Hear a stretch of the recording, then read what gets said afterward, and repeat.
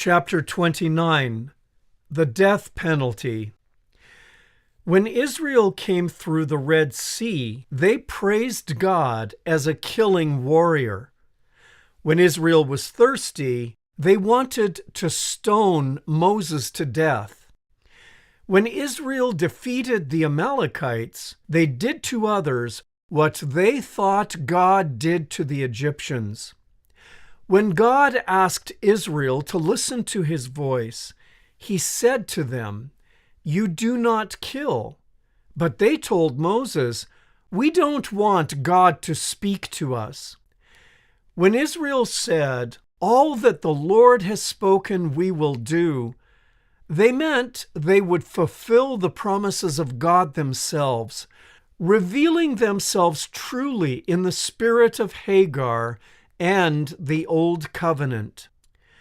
The refusal to listen left God with the sad task of enacting laws that reflected their own thinking. When we look into the face of Jesus Christ, we see no killing in him. When we listen to the words of the Ten Commandments, we hear that no killing is part of what is promised. Every penalty in the Bible, which includes death, is a reflection of the minds of men and not of God. Christ is life itself, 1 John 1:1-3. He has nothing to do with death. Death is the dominion of Satan, Hebrews 2:14. Therefore, all death penalties are causing sin to abound in men. They are allowing God's commandments to be enforced using men's thinking. They are to satisfy man's need to feel there is justice. As we considered in the previous chapter, God gave Israel over to laws which were not good. I have lifted up my hand to them in the wilderness, to scatter them among nations, and to spread them through lands. Because my judgments they have not done, and my statutes they have despised, and my Sabbaths they have polluted. And after idols of their fathers have their eyes been. And I have given to them statutes not good, and judgments by which they do not live. Ezekiel 20:23-25, Young's literal translation. You can't live in judgments where there is a death decree. So we see all through the books of Moses the words, "must be put to death." Anyone who assaults and kills another person must be put to death. Exodus 21:12. Anyone who strikes father or mother must be put to death. Exodus 21:15. Kidnappers must be put to death. Exodus 21:16. Anyone who has sexual relations with an animal must certainly be put to death. Exodus 22:19. You must keep the Sabbath day, for it is a holy day for you. Anyone who desecrates it must be put to death. Exodus 31:14. If any of them offer their children as a sacrifice to Molech, they must be put to death. Leviticus 20:2. Anyone who dishonors father or mother must be put to death. Such a person is guilty of a capital offense. Leviticus 20:9. If a man commits adultery with his neighbor's wife, both the man and the woman who have committed adultery must be put to death. Leviticus 20:10. The man who lies with his father's wife has uncovered his father's nakedness. Both of them shall surely be put to death. Their blood shall be upon them. Leviticus 20:11.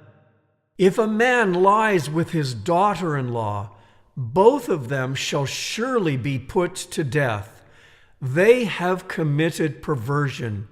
Their blood shall be upon them. Leviticus 20:12. If a man practices homosexuality, having sex with another man as with a woman, both men have committed a detestable act. They must both be put to death, for they are guilty of a capital offense. Leviticus 20:13. If a man has sex with an animal, he must be put to death, and the animal must be killed. Leviticus 20:15. If a woman presents herself to a male animal to have intercourse with it, she and the animal must both be put to death. You must kill both, for they are guilty of a capital offense. Leviticus 20:16. Men and women among you who act as mediums or who consult the spirits of the dead must be put to death by stoning. They are guilty of a capital offense. Leviticus 20:27. Anyone who blasphemes the name of the Lord must be stoned to death by the whole community of Israel. Leviticus 24:16. Anyone who takes another person's life must be put to death. Leviticus 24:17. God gave to Israel laws after their own thinking. All of Israel had been raised in Egypt. Take adultery, for instance. In Egypt, it was punishable by death. Quote, although there was no official sanctioned punishment for adultery, those who commit adultery get the death penalty by burning, mutilation, stoning, and beating. These penalties were applied to preserve the morals and values of society and prevent its spread. End quote.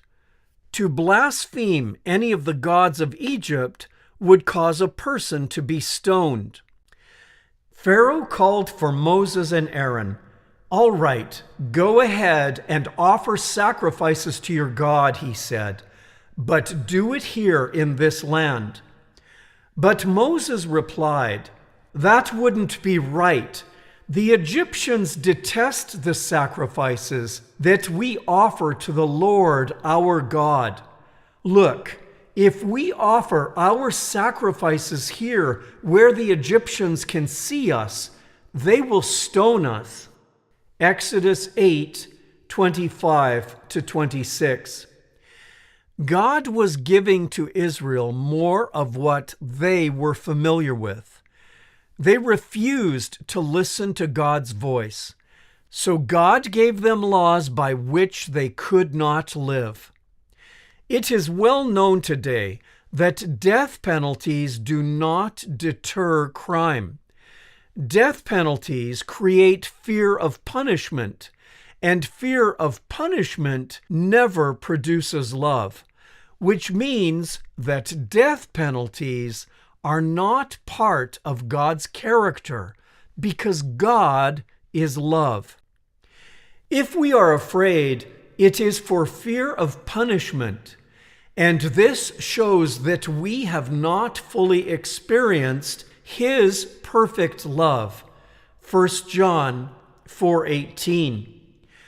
We see how Jesus navigates the death penalties written in the law of Moses when a woman is brought to him caught in adultery. Teacher, they said to Jesus, This woman was caught in the act of adultery.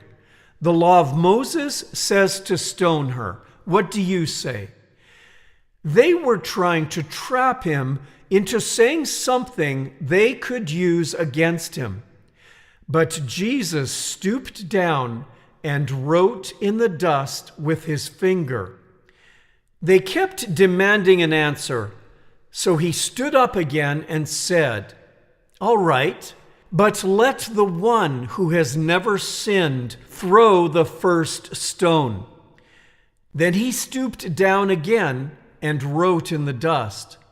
When the accusers heard this, they slipped away one by one, beginning with the oldest, until only Jesus was left in the middle of the crowd with the woman. Then Jesus stood up again and said to the woman, "Where are your accusers? Didn't even one of them condemn you?" "No, Lord," she said. And Jesus said, "Neither do I. Go and sin no more." John 8, 4-11. Jesus is the lawgiver. He did not call for the woman to be stoned to death. He was the only one in the crowd who had not sinned. If Jesus believed in the death penalty, then he should have stoned the woman. But he didn't do this. Jesus gave the woman his Spirit to give her power not to commit adultery. He could do this because she listened to his voice. The Mirror principle reveals that all death penalties in the Bible are a reflection of the minds of men. God gave them laws after their own heart in order to allow their evil character to develop further. The harsh life lessons that come from developing evil makes them a schoolmaster to bring men to Christ. We see how the death penalty in the law of Moses caused the woman caught in adultery to be brought to Christ. This is what God intended to do through the Old Covenant understanding of the law. The death penalty caused sin to abound and brought her to the lawgiver. Grace and mercy are then freely offered and forgiveness secured, causing gratitude to our Father in heaven. To remove the death penalties in the law of Moses is to break the mirror that shows men their harsh, evil ways of dealing with lawbreakers. We dare not remove this diagnostic tool. Inevitably, lawbreaking does lead to death. But we look into the eyes of Jesus and find love, mercy, and forgiveness, and the power to stop doing evil. He will solve the problem not by killing us, but by making us right with the law. The laws of Moses would never have been needed if Israel had listened to God's voice. It is interesting that Josephus states that it was Israel's idea for God to give them more instruction about the words God spoke on Mount Sinai. Quote, "On the following days they came to his tent and desired him to bring them, besides, other laws from God. Accordingly he appointed such laws, and afterwards informed them in what manner they should act in all cases." End quote. Josephus, Antiquities of the Jews, Book 3, Chapter 5. If Israel had listened to God, they never would have needed all these laws with death penalties. All they would have needed is to ask forgiveness and receive the Spirit of God to stop doing evil. With regard to death penalties, the Mirror principle once again shows us that such laws are a reflection of men. The Two Covenant tool shows us that God uses such reflected laws to bring men to Christ for forgiveness. I pray, dear reader, that you can see our Father in a completely different light than previously. Death penalties equal darkness. There is no darkness in God at all. Let the light of Jesus shine into the darkness of these laws, which are not good, that we may hear the words, "Neither do I condemn you. Receive my Spirit and sin no more."